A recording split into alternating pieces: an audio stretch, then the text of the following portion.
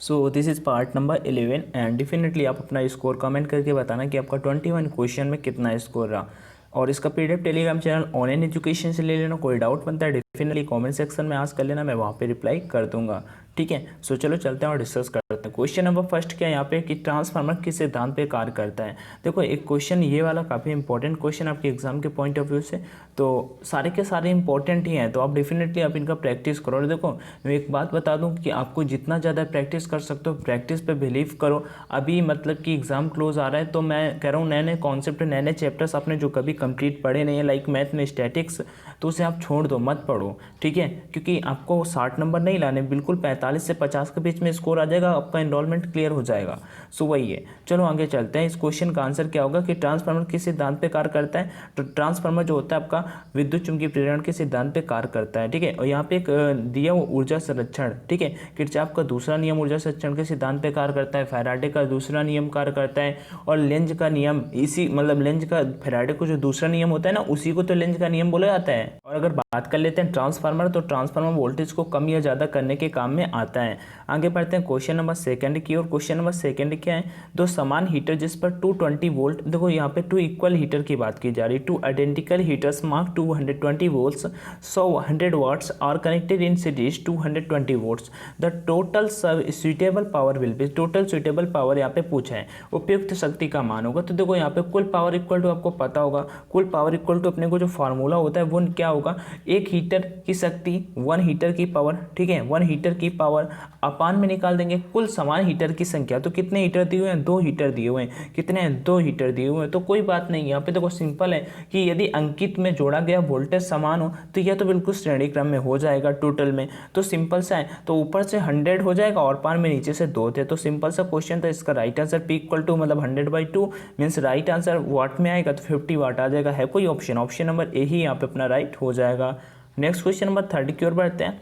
Third number क्या, 1600 kilogram द्रव्यमान की एक कार 72 किलोमीटर पर आवर की दर से एक समान चाल से चल रही है, इसकी गतिज ऊर्जा की गणना करो। तो यहाँ पे किलोग्राम पे दिया हुआ है, यहाँ पे 72 किलोमीटर पर आवर पे दिया हुआ है। तो सबसे पहले तो देखो दर से दिया हुआ है, तो सबसे पहले इसी को अपने को मीटर पर सेकंड में चेंज करना होगा। क्वेश्चन नंबर थर्ड पे तो देखो करने के लिए मैं बताता हूँ आपको कैसे यहाँ पे करना होगा। वीवर और 72 किलोमीटर पर आवर दिया हुआ, तो 72 × 5/18, तो 18 चौको 52, 4 पंचे 20 मीटर पर सेकंड। ठीक है, 20 मीटर पर सेकंड। अब देखो यहाँ पे ये आ गया और ये आ गया 20 मीटर पर सेकंड। अब चल के वैल्यूज पुट कर लेते हैं। तो गतिज ऊर्जा का जो फार्मूला होता है वो होता है गतिज काइनेटिक एनर्जी के मतलब के इक्वल टू हाफ mv²। तो यम का मान कितना है 1600 और वी के स्क्वायर कितना है 20, मतलब 20 × 20। कोई दिक्कत आई थिंक नहीं होगा। सो चलो कर लेते हैं चल के। तो 1/2 × 1600 × 20 के स्क्वायर सीधा 400 में लिख देता हूँ। अब इसका देखो गुणा करा देता हूँ, तो काट दिया तो 800 आ गया, और 8 को 0000 800 को 32 में 32,000। कोई है यहाँ पे, तो ये देखो राइट आंसर आपका ऑप्शन नंबर ए ही वाला हो जाएगा, 10⁴ जूल, 10⁴ जूल।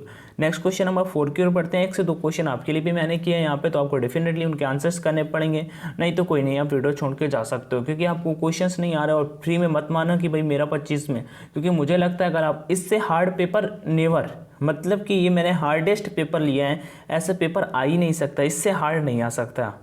चलो यहाँ पे क्या है question, to obtain N type semiconductor the impurity added to a pure semiconductor is, means N प्रकार अर्धचालक प्राप्त करने के लिए शुद्ध अर्धचालक में जोड़ी गई अशुद्धि होती है, त्रिसंयोजी या पंचसंयोजी। डेफिनेटली आप इन्हीं दोनों पर मतलब फंस रहे होगे कि त्रिसंयोजी की पंचसंयोजी। तो मैं बता दूं कि यहाँ पे जब एन टाइप की बात होती है तो पंचसंयोजी होता है, और पी टाइप की बात होती है तो त्रिसंयोजी होता है। सो इसका राइट आंसर क्वेश्चन नंबर 4 का ऑप्शन नंबर सी।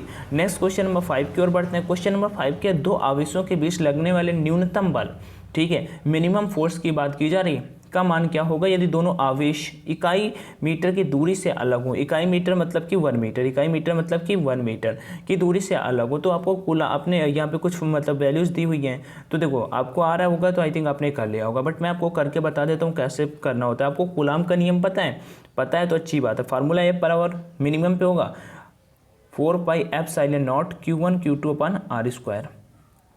अब देखो भाई 1/4πε0 का मान तो पता ही होता है, क्या होता है 9 × 10⁻9। Q1 का मान क्या होता है 1.6 × 10⁻9, और समान मीन्स इक्वल चार्जेस पे क्या रहा था, तो Q2 का भी मान यही हो जाएगा। और R का मान कितना है 1, तो 1 का स्क्वायर 1। अब आपको करना क्या, मैं आपको बता देता हूँ, 9 × 10⁻9 इंटू 1.6 × 10⁻9 इंटू 1.6 × 10⁻9। ओके, आप में 1 का स्क्वायर करोगे वही आ जाएगा, बस इतने को आपका मल्टीप्लाई करा देना और आपका राइट आंसर आ जाएगा। ठीक है, इतने को आपको मल्टीप्लाई करा देना है। सो इस क्वेश्चन नंबर 5 का राइट आंसर क्या होगा, 5 का right answer option number C आएगा। गुणा तो भाई करा ही सकते हो, इतना डिफिकल्ट भी ना है। क्वेश्चन नंबर 6 आपके लिए है, थर्मोडाइनमिक्स से मैंने क्वेश्चन पिक किया है, थोड़ा सा डिफिकल्ट में भी आपको लग सकता है, बट इतना डिफिकल्ट भी नहीं है। 10 ग्राम बर्फ, एम की वैल्यू दी हुई है जो -100 डिग्री सेंटीग्रेड पर है, ठीक है, को वाष्प में बदलने के लिए आवश्यक ऊष्मा का मान होगा। यहाँ पे कुछ वैल्यूज़ दी हुई है, हीट का मान पूछ रहा है, यहाँ पे कुछ वैल्यूज़ दी हुई है, जैसे Li का मान दिया हुआ है 80 कैलोरी, और ग्राम पे Lv का मान दिया हुआ है 536 कैलोरी ग्राम पे। वो देन अपने को मान पूछा, हीट का मान बता दो।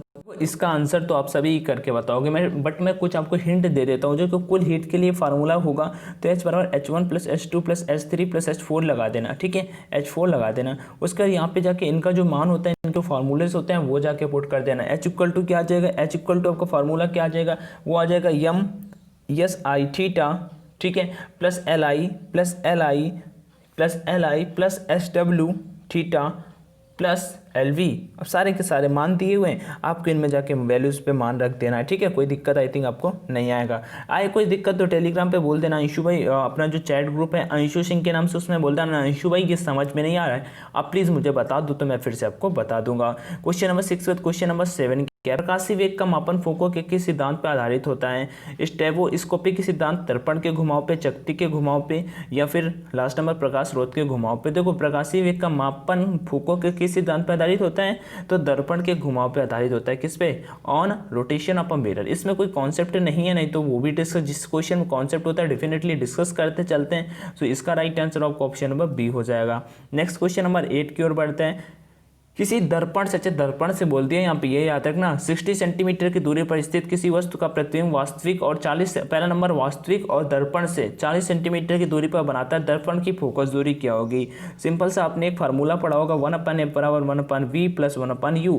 तो देखो 1/v का मान भी दिया हुआ है 1/u का, बट यहाँ पे वास्तविक है और दर्पण पे, मतलब कि निगेटिव पे ये होगा। किस पे होगा, निगेटिव पे होगा। तो चलो कर लेते हैं। तो 1/f = -1/v, तो माइनस का 1/40 और प्लस माइनस मतलब 1/-60। ओके, देन 1/f तो इधर रहेगा ही भाई। यहाँ पे देखो ये भी माइनस का बीच में, मतलब प्लस माइनस माइनस ही होने वाला है। अब 60 और 40 का निकाल लेते हैं एलसीएम, तो क्या हो जाएगा 120 हो जाएगा। 120 तो 40 का 120 माइनस का 30 और माइनस का 2 = 1/f। तो 3 और 2 5 और 5 आ जाएगा ऊपर, माइनस का 5, 5 से काट देंगे 120, तो कितना आ जाएगा 20 नहीं 24 पंच 120 होता है, मतलब कि और माइनस का आएगा, मतलब कि 1/f = माइनस का 1/24।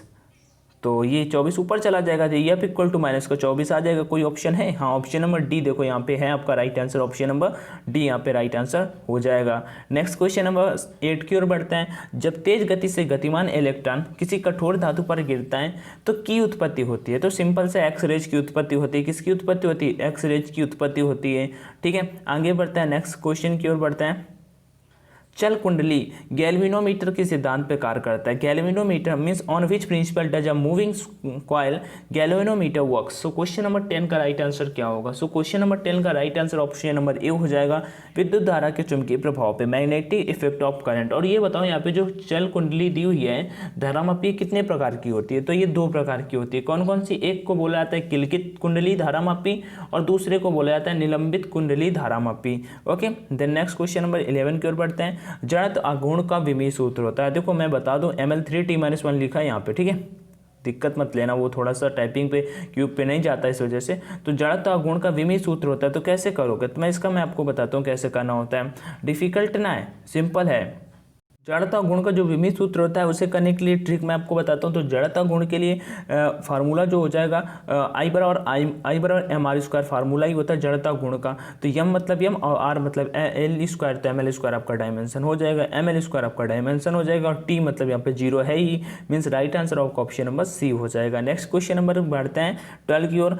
पराबैंगनी किरणों की आवृत्ति हर्ट्ज में होती है। तो देखो पराबैंगनी किरणों की आवृत्ति जो हर्ट्ज में होती है वो होती है 7.5 इंटू 10⁻15 हर्ट्ज से 1 इंटू 10⁻16 हर्ट्ज तक। ठीक है, ये बीच वाले आपको काट देने हैं, बीच वाले अभी टाइपिंग में हो गया तो उसके लिए सॉरी, बट मैं बोल रहा हूँ यहाँ पे आपको बीच वाले काट देने हैं। ठीक है, तो 7.5 इंटू 10⁻15 हर्ट्ज से 1 इंटू 10⁻16 हर्ट्ज तक होती है पराबैंगनी किरणों की हर्ट्ज आवृत्ति। नेक्स्ट क्वेश्चन नंबर 13 की ओर बढ़ते हैं। जेट विमान किस सिद्धांत पे कार्य करता है? जेट विमान किस सिद्धांत पे कार्य करता है? देखो इसका आंसर बताने से पहले मैं आपको पहले कुछ बता देता हूँ, फिर चलते हैं। सो भाई देखो परीक्षा ऐप पे बेस्ट टेस्ट सीरीज मिल जाएंगी आपके एग्जाम के रिलेवेंट। एग्जाम आपका ऑनलाइन होना है तो टेस्ट भी आपको ऑनलाइन लगाने चाहिए। आपके पॉइंट ऑफ व्यू से मुझे यही लगता है, क्योंकि भाई यहाँ पे ये होगा कि आप टाइम मैनेज करना सीख जाओगे एग्जाम में पहले से, और क्योंकि वहाँ पे टाइम नहीं मिलता है, टाइम क्वेश्चन सेक्शन अपने आप सबमिट हो जाते हैं। और यहाँ परीक्षा ऐप पे भी ऐसा ही होगा, जैसे ही आप टाइम कंप्लीट करोगे आपका जो टेस्ट होगा, आपका जो क्वेश्चन सेक्शन होगा वो अपने आप सबमिट हो जाएगा। ठीक है ना। सो उस बेसिस पे मेरा एक सजेशन है कि आपके जितने भी क्वेश्चंस आ रहे हो, जितने भी क्वेश्चंस आपके बन रहे हो, आप मतलब आपकी प्रिपरेशन अच्छी चल रही है, तो आपको खुद जज करने के लिए कैसी पढ़ाई कैसा है, यहाँ पे जाके ऑनलाइन टेस्ट लगाओ। भाई कैसे बाई करना है, लिंक डिस्क्रिप्शन बॉक्स में है। बाई करते समय कूपन कोड का ऑप्शन आएगा, ऑनलाइन 50 डाल देना, 50% का डिस्काउंट मिल जाएगा, जिससे टेस्ट सीरीज का प्राइस जो है वो 140 रुपये हो जाएगा 280 रुपये से। कितने टेस्ट मिलते हैं भाई? 40 टेस्ट मिल जाते हैं। अब 40 टेस्ट से ज़्यादा क्या चाहिए आपको, ये मुझे बता देना। ठीक है, क्योंकि और कहीं इतने टेस्ट नहीं मिलेंगे। एक टेस्ट का प्राइस 3.5 रुपये होता है। भाई अगर कहीं बर्बाद में थोड़ी रुपए वेस्ट कर रहे हो, अपनी पढ़ाई के लिए सेल्फ के ऊपर डिपेंड कर रहे हो। ठीक है ना, कोई मतलब कि कोई गेम्स पे, कोई ऐसे बेटिंग पे थोड़ी वेस्ट कर रहे हो, खुद के लिए खुद प्रैक्टिस करोगे, तो उस बेसिस पे रिकमेंड करता हूँ। बाकी मैंने खुद यहाँ पे टेस्ट वगैरह लगाए हैं और देखे हैं, बहुत अच्छे खासे टेस्ट वगैरह हैं। तो आप चाहिए coupon code online D50 use करिए। दिक्कत है इसके रिगार्डिंग तो भी बताइए। लाखों स्टूडेंट्स के बीच में अपना रैंक एग्जाम जाने से पहले ही जान पाइए कि मैं यहाँ पे आ रहा हूँ, तो वहाँ पे कहाँ पे आ पाऊँगा, क्योंकि वैसे ही यहाँ पे क्वेश्चन हैं जैसे एग्जाम पे आते हैं। बाकी आपको कोई डाउट हो तो डेफिनेटली कमेंट पे आस्क कर लेना। जेट विमान किस सिद्धांत पे कार्य करता है? तो जेट विमान जो होता है वो रेखीय संवेग संरक्षण के सिद्धांत पे कार्य करता है। जेट विमान रेखीय संवेग संरक्षण के सिद्धांत पे कार्य करता है। अगला क्वेश्चन नंबर 14 बढ़ते हैं। क्वेश्चन नंबर 14 क्या? एक साबुन के घोल का पृष्ठ तनाव, एक साबुन के घोल का पृष्ठ तनाव यहाँ पे दिया हुआ है 25 × 10⁻³ न्यूटन और न्यूटन पर मीटर। यदि उसका व्यास 1 सेंटीमीटर है तो उसके आंतरिक बुलबुले का अतिरिक्त दाब क्या होगा? सो क्वेश्चन नंबर 14 अभी कैसे करेंगे, डिफिकल्ट ना है। देखो एक्सर प्रेसेस का जो कैलकुलेटेड के लिए फार्मूला होता है वो होता है डेल्टा P = 40/R, 40/R। इसमें जाके वैल्यूज पुट कर देनी, तो डेल्टा 4 और T का मान दिया हुआ है यहाँ पे, कुछ ऊपर दिया हुआ ना, पृष्ठ तनाव सरफेस टेंशन T ही तो होता है। तो चलो जाके वैल्यूज पुट कर देते हैं। 4 × T का मान 25 × 10⁻³ अपान में R का मान दिया हुआ था सेंटीमीटर में, मीटर में बना देंगे तो कितना हो जाएगा 0.5 × 10⁻²। ठीक है भाई, यहाँ पे व्यास पे था ना, तो इसका व्यास मतलब दूरी का आधा होता है ना, मतलब व्यास की दूरी आधी होती है, तो 1/2 हो जाएगा, मतलब 0.5 × 10⁻²। सेंटीमीटर को मीटर में बना देंगे तो 0.5 × 10⁻²। अब इससे जाके आप सॉल्व करोगे तो इससे आ जाएगा आपका 25, 5 को 20 आ जाएगा। कितना आ जाएगा? 5 को 20 न्यूटन पर मीटर। आप चाहो तो सॉल्व कर लेना, 20 न्यूटन पर मीटर एग्जैक्ट आ जाएगा। ठीक है, देन आगे बढ़ते हैं। अब 1 पास्कल बराबर आपको पता होगा, 1 पास्कल बराबर जो आपका होता है वो 1 न्यूटन पर मीटर स्क्वायर होता है। 1 पास्कल बराबर 1 न्यूटन पर मीटर स्क्वायर होता है। लेकिन यहाँ पे डेल्टा P बराबर, मतलब कि पास्कल बराबर जो निकालेगा वो 20, मतलब डेल्टा P का जो मान निकलना था वो 20 पास्कल के इक्वल आ जाएगा। मतलब कि इस क्वेश्चन का आंसर आपका क्वेश्चन 14 का ऑप्शन नंबर यहाँ पे B राइट था। कौन सा राइट था? ऑप्शन नंबर B यहाँ पे राइट था। नेक्स्ट क्वेश्चन नंबर 15 की ओर बढ़ते हैं। 15 क्या है? यदि कोई पिंड जिसका द्रव्यमान m किलोग्राम है v मीटर पर सेकंड के वेग से r मीटर त्रिज्या वाले वृत्तीय पथ पर गतिमान हो तो अभिकेंद्र बल का मान होगा। बहुत बार ये पूछा है। अभिकेंद्र बल जिसे हम बोलते हैं centripetal force, F = mv²/r, F = mv²/r इसका फार्मूला होता है। तो m मतलब कि मास, तो कौन सा राइट हो जाएगा, ऑप्शन नंबर यहाँ पे राइट हो जाएगा सी। आगे बढ़ते हैं, कोई दिक्कत ना है 60 नंबर की ओर। प्रकाश की मोटाई वाले कांच के प्लेट से होकर गमन करता है जिसका अपवर्तनांक कहना है। अगर निर्वात में प्रकाश का वेग c हो तो प्रकाश के कांच की इस मोटाई को पार करने में कितना समय लगेगा, यहाँ पे टाइम पूछा है। तो इसके बीच में देखो जो थिकनेस दिया होता है वो कितना दिया हुआ है, t दिया हुआ है। थिकनेस क्या है, थिकनेस जो दिया हुआ है वो t दिया हुआ है। अगर बात कर लेते हैं रिफ्रैक्टिव इंडेक्स की, तो रिफ्रैक्टिव इंडेक्स आपका n दिया हुआ है। वेलोसिटी c, ठीक है, वेलोसिटी दिया हुआ है, इस वेलोसिटी जो आपको आया वो c हो जाएगा इन वैक्यूम पे। देन टाइम टेकन की बात कर रहे हैं तो टाइम टेकन का लिए वेलोसिटी अब निकाल दिया। देन टाइम टेकन की बात कर रहे हैं तो टाइम टेकन का बिल्कुल सिंपल सा फार्मूला वी एन बराबर सी अपन एन होता है, वी एन बराबर सी अपन एन होता है। देन टाइम इक्वल टू क्या हो जाएगा, time equal to T upon V, time equal to T upon V, और वी का यहाँ पे वैल्यू पुट कर देंगे आके तो आपका राइट आंसर आ जाएगा। मतलब कि N T upon C, N T upon C. Right answer आपका exact answer option number C. Next question number 17, तीन प्रतिरोध जो क्रमशः इतने इतने इतने की समांतर क्रम में जुड़े हुए हैं, 1 2 3 हैं, ठीक है, ये डबल टाइम नहीं है, सिंगल टाइम ही है, सिंगल टाइम ही है। 1 2 3 के ओम के हैं जो समांतर क्रम में जुड़े हैं, समतुल्य प्रतिरोध ज्ञात करो। तो देखो समतुल्य प्रतिरोध के लिए फार्मूला होता है 1/r बराबर 1/r1 plus 1/r2 plus 1/r3। r1 का मान 1 है, r2 का मान 2 है और r3 का मान 3 है। चलो इसमें वैल्यूज पुट कर देते हैं। तो 1/r बराबर 1 प्लस 1/2 प्लस 1/3, ठीक है, इसे कर लो, जाके सॉल्व कर लेंगे तो एलसीएम कितना आ जाएगा, 3 2 6 एलसीएम आ जाएगा। जाके बस जस्ट इसे सॉल्व कर लेना है। तो 6 करेंगे, अब 6 पर अब ईजिली कर पाओगे ना, ऊपर आ जाएगा 11, ठीक है। तो 1/r बराबर 11/6 होम, क्या राइट आंसर हो गया? नहीं भाई, क्योंकि r का मान निकालना था, प्रतिरोध का मान निकालना था, रेजिस्टेंस का। तो r इक्वल टू कितना हो जाएगा, r इक्वल टू आ जाएगा 6/11 ओम, ठीक है। r बराबर 6/11 ओम, मतलब कि राइट आंसर आपका ऑप्शन नंबर बी, ना कि A. Question number 18, which one of the following waves is used for detecting foreign in currency notes, means मुद्रा नोटों में जालसाजी का पता लगाने के लिए इनमें से किन तरंगों का उपयोग किया जाता है? तो माइक्रोवेव्स का यूज किया जाता है। किनका यूज किया जाता है? माइक्रोवेव का यूज किया जाता है। अरे सॉरी, अरे क्या बोल दिया मैंने, गलती से निकल गया माइक्रोवेव, सॉरी गाइस। यहाँ पे माइक्रोवेव थोड़ी होती है, परावैज्ञानिक किरणों का यूज किया जाता है। आपने पढ़ा होगा उम्मीद से, नकली दस्तावेजों का पता लगाने के लिए ये देखो अल्ट्रावायलेट वेव्स का यूज किया जाता है, ठीक है। और धुंध में देखने के लिए हम इंफ्रारेड का यूज करते हैं। सो राइट आंसर क्वेश्चन का क्या हो जाएगा, परावैज्ञानिक किरण है। अगला क्वेश्चन नंबर 19 क्या है, फिर से एक न्यूमेरिकल से क्वेश्चन है। न्यूमेरिकल्स भी मैंने इसमें पिक किया था क्योंकि 4 to 5 क्वेश्चन आपके एग्जाम पे न्यूमेरिकल से भी बनते हैं। देखो यहाँ पे क्या दिया हुआ है, एक कार शुरू होती है और 2 सेकंड में 54 किलोमीटर पर घंटा का वेग प्राप्त करती है। त्वरण बताओ और कार द्वारा तय की गई दूरी का मान बताओ। 2 चीजें बतानी है और मान लें कि कार की गति एक समान है। क्वेश्चन नंबर 19, देखो हमें पता है कि v इक्वल टू 0 है और मतलब u इक्वल टू 0 है starting point, but v equal to 54 kilometre per hour दिया हुआ है। तो इससे पहले मीटर में बना लेंगे। तो 54 × 5/18 मतलब कि कितना आ जाएगा, 18 × 54 मतलब 15 मीटर पर सेकेंड, ठीक है, 15 मीटर पर सेकेंड। और t का मान कितना दिया हुआ है, t का मान कुछ दिया हुआ है यहाँ पे, ठीक है, तो वो आ गया 15 मीटर। और टाइम यहाँ पे दिया हुआ है 2 सेकंड। देखो टाइम कितना दिया हुआ है, 2 सेकंड। अब जाके निकाल लेते हैं। एक्सेलरेशन इज गिवन बाई ए बराबर क्या होता है, delta we upon delta T, delta we upon delta T, मतलब डेल्टा वी बराबर v1 - v2 होता है। तो एक तो मान 0 ही है, तो 15 - 0/2, तो इसे भाग दे देंगे तो 7.5 आ जाएगा। देखो यहीं से आपका राइट आंसर वैसे आपको मिल गया, ऑप्शन नंबर ए, क्योंकि 7.5 और किसी ऑप्शन में है नहीं। बट आपको यहाँ पे दूसरा भी करना पड़ेगा, डिस्टेंस गिवन बाय यस, ठीक है। तो यस बराबर क्या हो जाएगा, ut + ½ AT², ut + ½ AT²। तो ut वाला सेक्शन तो u तो 0 ही था, तो ये वाला सेक्शन 0 हो जाएगा। अब ½ AT² को सॉल्व करना है तो हाफ ए का मान कितना निकाला था अभी, 7.5 × t का मान 4 आ जाएगा। 2 2 4 और 7.5 में हम 15, 2 × 10 2 से 14 और 15, मतलब कि 15 आ जाएगा। राइट आंसर ए, दशमलव से ये खत्म बात वाला, मीन्स पॉइंट से। So right answer of option number A. आगे बढ़ते हैं 19/20 नंबर। एक आदर्श गैस एक बंद कंटेनर में संपीड़ित होती है, तब इसकी आंतरिक ऊर्जा इनर्शियल एनर्जी पे क्या इफेक्ट पड़ता है, वो इंक्रीज होती है। क्या होती है, इंक्रीज होती है। 21 नंबर का आंसर आप सभी फिर से करना। दूसरा क्वेश्चन है आप सभी के लिए, एक विद्युत द्विध्रुव एक पृष्ठ से घिरा हुआ है, पृष्ठ पर कोई लंबवत विद्युतीय प्रेरण होगा।